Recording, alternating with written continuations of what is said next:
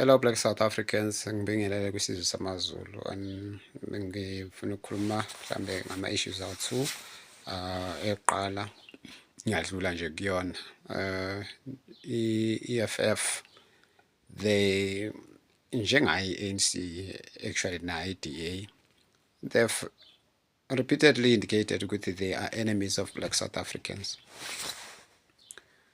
Ngicela ukubuza-ke kinina abantu ababe yi-ANC because labantu abaku-EFF nabaku-ANC alright or rather labantu abaphume ku-ANC baya ku-EFF Action EFF MKP and many other organizations kwakulabantu ababe ama-comrade bebulala abantu ngama-1980s ukuthi bayizimpimpi babadayisi sellouts and everything and they killed many people. Okay, it's not as many as wars as real wars in adjacent countries. Political violence in South Africa, only 26,000 people in the period between 1976 and 1994, not more than that. So, ukuthi nje kukhulunywa ngayo kakhulu for certain reasons to do with white liberals. So it is easier lezo singangeni kuzona. But ke i-point lithi nabulala abantu nababulala into engekho nathi bayabadayisi kanti ngaleso sikhathi i-ANC yenu edayisa izwe right at that stage they were not telling you that they are busy in negotiations with white capital to sell the country, which they did. So you killed wrong people, and then the violence, because we never had a war, escalated to a total casualty of 26,000 people, and then of that 26,000 people, of course, the privileged white race, only 600 white people died. So the rest are black people who were murdered by blacks. All right. So now, in the name of justice, nayi ke i-ANC ikhombisile ukuthi iyabadayisi, nayi i-EFF iyabadayisi. So bona ke bayekelwane. I'm not into violence. I am in the quest ukuthi fuze kube nempi, because I don't understand why there's no declaration of war, because the state that we are in terms of the government that is at war with us as citizens, in terms of the open borders that are orchestrated in order to decimate us as black South African natives, this calls for war. The solution is war. So now, okay, in le eyokuthi lo mbuzo engibuzayo njena nje wokumokha how hypocritical we are ukuthi sabulala kwabulawa abantu abangenacala, and then abanecala napha nilokhu niyababaza anibenzi lutho. EFF, ANC, they've sold black South Africans. So why are you not attacking them like in the 80s? Bona bayathekwa nini? Babulala abantu labantu bebabiza ngeimpimpi. Yibi impimpi. So angithi bona babulala abantu bathi bayimpimpi. So bona ke ababulawa ngani njengoba beyizimpimpi nje zisobala. That's the question. I'm not calling for them to be killed. Rather, I'm calling for war. I'm not into violence. Yes, I'm rather interested in us declaring a war so that we solve this issue once and for all. To solve this issue and other pending issues, because we clearly have arrogant people and even arrogant races which don't respect the reconciliation gestures that we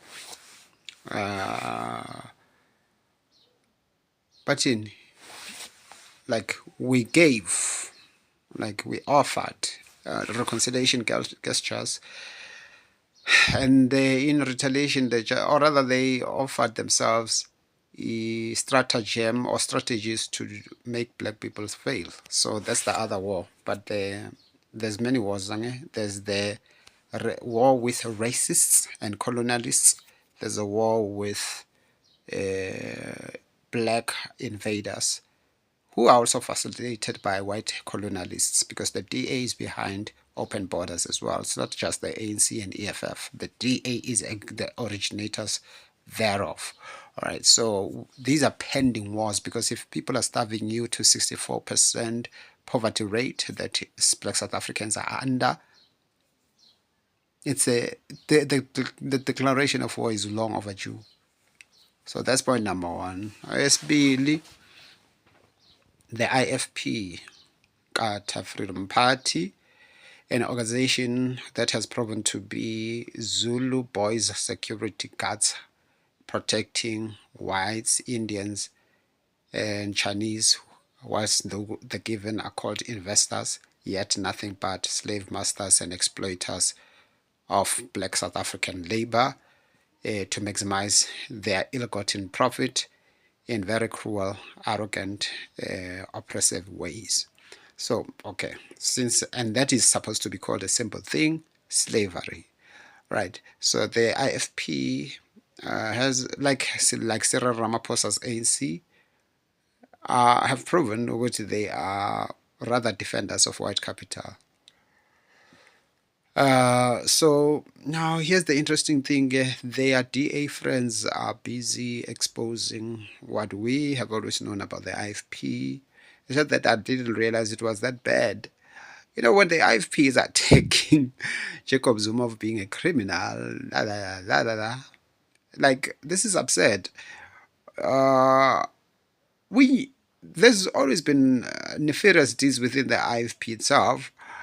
So this thing, I don't understand. You see, guys, I'm a Christian, like, it starts by removing the log in your eye first. That's the truth. When we gave our lives to Jesus, it was us identifying ourselves as sinners before we can tell other people that they are sinners. We identified ourselves first as sinners. That's how it starts. So how do you see evil in another person when you have not yet spoken about the evil in you first? You start by, oh, futhi umuntu ongumZulu unenkolelo ngomZulu. I'm proud to be Zulu, but angikhulanga ngesintu siZulu, sikhule ngamaKrestu. So amaZulu, I love amaZulu awesintu, not laba abawubunkabi. I don't like those ones. Not laba abawubunkatha. Now that inkatha has proven ukuba ilamaZulu adelisayo adelelayo, angafisela amaZulu akubo kuhle. So I'm not speaking about those Zulus. But there are others who were saying, hey, angani maklini wakuqala emsamo. So isintu si clear ukuthi if you want to clean, you start in your own. So kuhambelana nobuKrestu, ubuKrestu buqala endlini yakho qala, oqala kuwena qala. So le hypocrisy engaka, hey, inkatha imemeza uJacob Zuma left, right and center ukuthi isigebengu. Kwacaca masebengasamemezi makuRamaphosa ngathi hayi khona kwenzakalani bafo, angithi nina kade lisitshela ngobugebengu this and that, manje why uRamaphosa yena ningamkhole out nathula dunje nje abakaze basho negama lodwa against Ramaphosa. These people are wicked, yazwa. Yo nkathani, you guys are wicked, yazwa. Hayi, awukazi beze bekhuluma ngobugebengu nobodwa babelungu. Babona nje amaZulu igebengu, inkathi iyanginyanyisa yase like mina bheka, what disgusted me about the ANC most is how much they hated the Zulu people. Besides ama-issues ukuthi their policies were always anti-black South African and anti-Christian values.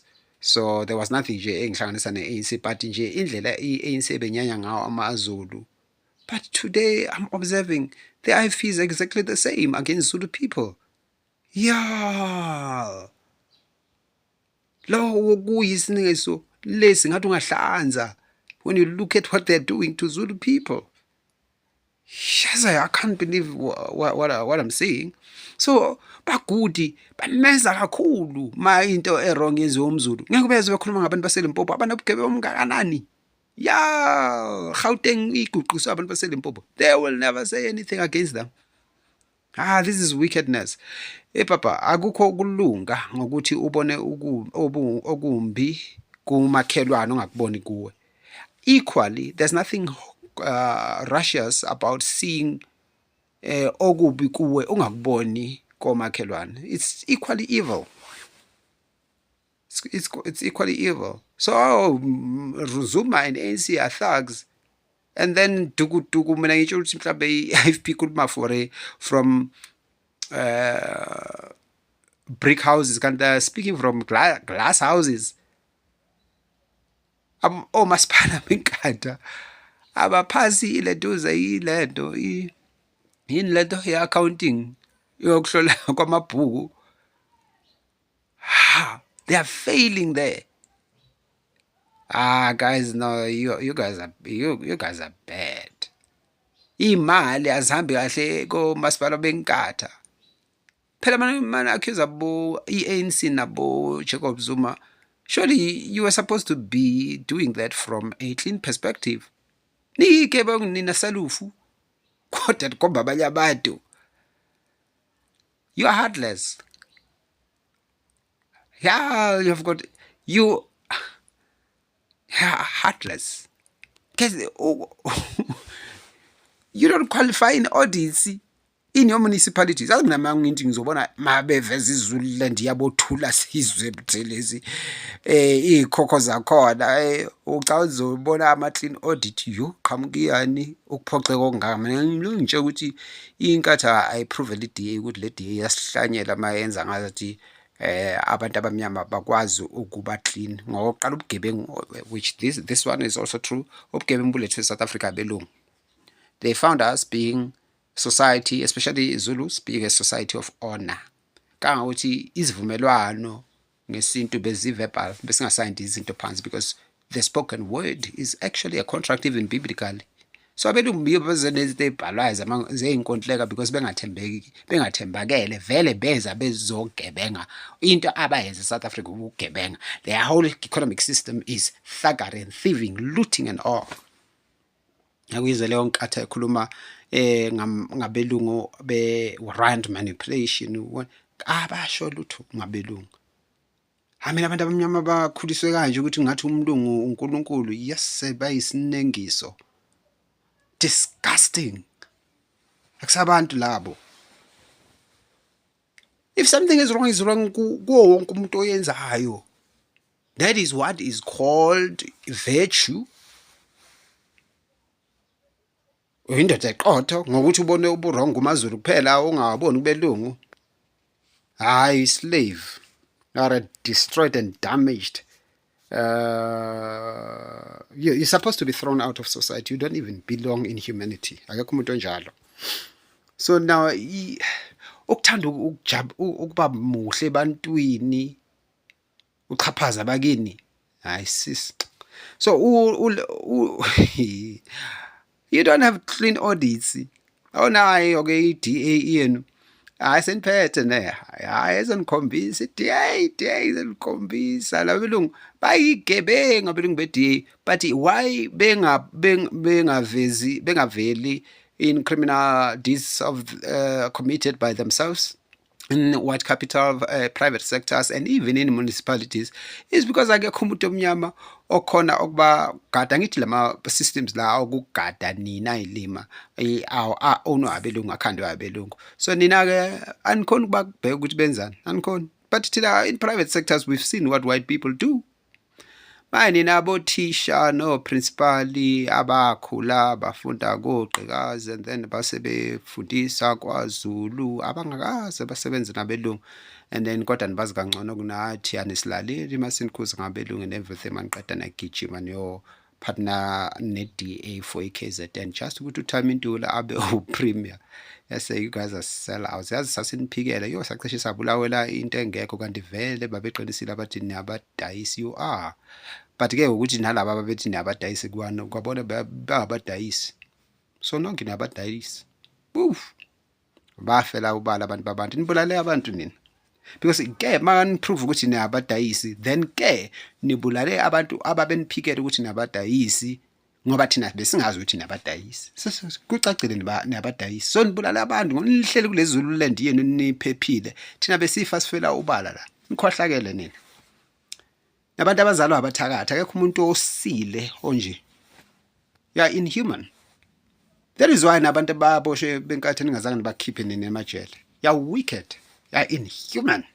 Siba bantu. Yeah. You got no clean audits. I-DA inenza kanje. Hayi wazi i-DA vele ize ukuzoqoqa labantu labelungu labaya akade sakudala baqala bevotela inkatha. Siyabazi abelungu base-KZN, they were far more comfortable with the IFP than with the DA. But something happened in the passing 20 or 10 years. Njengoba ne-IFP absent on our civic issues, especially whether we're black or white. The IFP has been an absent, useless organization, fact of the matter. So abelungu laba ababeyi-IFP, they've moved to the DA. Now the DA has found a way through your power hunger, ngoba you are power mongers who are useless maseni naleyo power, because you're starving abantu bakwaZulu nina. Yeah, you are the ones who are starving abantu bakwaZulu. Bengizona excuse in the past, but manje sengwacacile ukuthi ndlo labelungu, you are the ones who are starving abantu bakwaZulu nina. So now, okay, so i-DA isifuthi uzoqoqa bonke laba belungu. Angithi i-DA yabelungu, whether you like it or not, it's a white interest organization. So baqoqa belungu bakubo, babaqoqa nakwinkatha ngokuni-expose lobudodi beni eniyibona, bayazana lapha eFryhead. Niphaphe kanje kanti isafu neyigebengu nibhizindlana nezimali asuka abanyanya.